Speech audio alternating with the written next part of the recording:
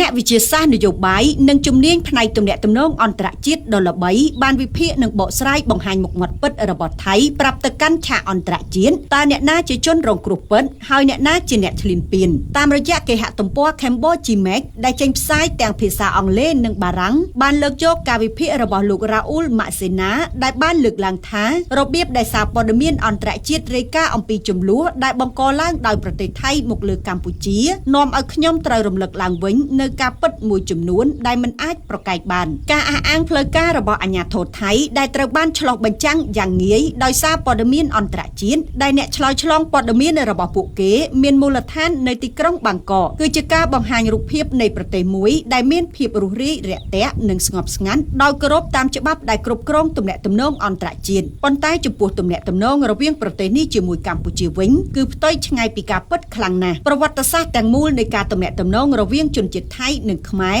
គឺជាប្រវត្តិសាស្ត្រនៃការស្អប់ខ្ពើមនិងការយកឈ្នះរបស់ភាគីទី1ថៃមកលើភាគីទី2កម្ពុជាតាំងពីសតវត្សទី12មកជនជាតិថៃដែលប្រទេសរបស់ពួកគេត្រូវបានគេហៅថាសៀមបានវាយប្រហារនិងឈ្លានពានទឹកដីខ្មែរឥតឈប់ឈរពួកគេបានកាន់កាប់រាជធានីទាំងអស់នៃព្រះរាជាណាចក្រខ្មែរជាបន្តបន្ទាប់មុនឆ្នាំ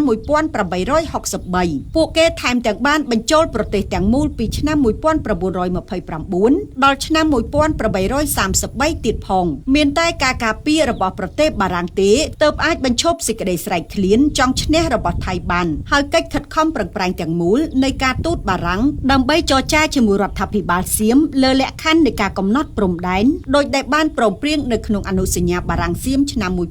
1904និងសន្ធិសញ្ញាឆ្នាំ1907លទ្ធផលគឺជាការអនុម័តដោយភាគីទាំងពីរនៅការកំណត់ព្រំដែនដែលបានកំណត់រួមគ្នានិងត្រូវបានទទួលស្គាល់ម្ដងហើយម្ដងទៀតដោយទីក្រុងបាងកកក្នុងឯកសារផ្លូវការដោយដែលត្រូវបានសង្កត់ធ្ងន់ដោយតុលាការយុត្តិធម៌អន្តរជាតិ ICJ នៅក្នុងសារក្រមឆ្នាំ1962របស់ខ្លួនពីឆ្នាំ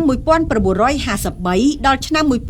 1970ថៃបានបដិសេធជាប្រព័ន្ធមិនទទួលស្គាល់អព្យាក្រឹតភាពនិងបូរណភាពទឹកដីរបស់កម្ពុជាថៃបានជួយនិងគាំទ្រដល់សកម្មភាពភេរវកម្មរបស់កងជីវពលខ្មែរដែលស្វែងរកការផ្ដួលរំលំរបបព្រះអង្គម្ចាស់នរោត្តមសីហនុកងទ័ពថៃបានចាប់ផ្ដើមដាក់មីនប្រឆាំងមនុស្សតាមបណ្ដោយព្រំដែននៅឆ្នាំ1964ឆ្នាំ1970ថៃបានផ្ដល់ជំនួយយោធាដល់រដ្ឋប្រហារដែលជំរុញកម្ពុជាឲ្យធ្លាក់ចូលក្នុងសោកនាដកម្មដែលត្រូវបានកត់សម្គាល់ទុកក្នុងទសវត្សរ៍ឆ្នាំ1970ឆ្នាំ1975ថៃបានក្លាយជាប្រទេសដំបូងគេដែលទទួលស្គាល់របបប្រល័យពូជសាសន៍របស់ប៉ុល ពតឆ្នាំ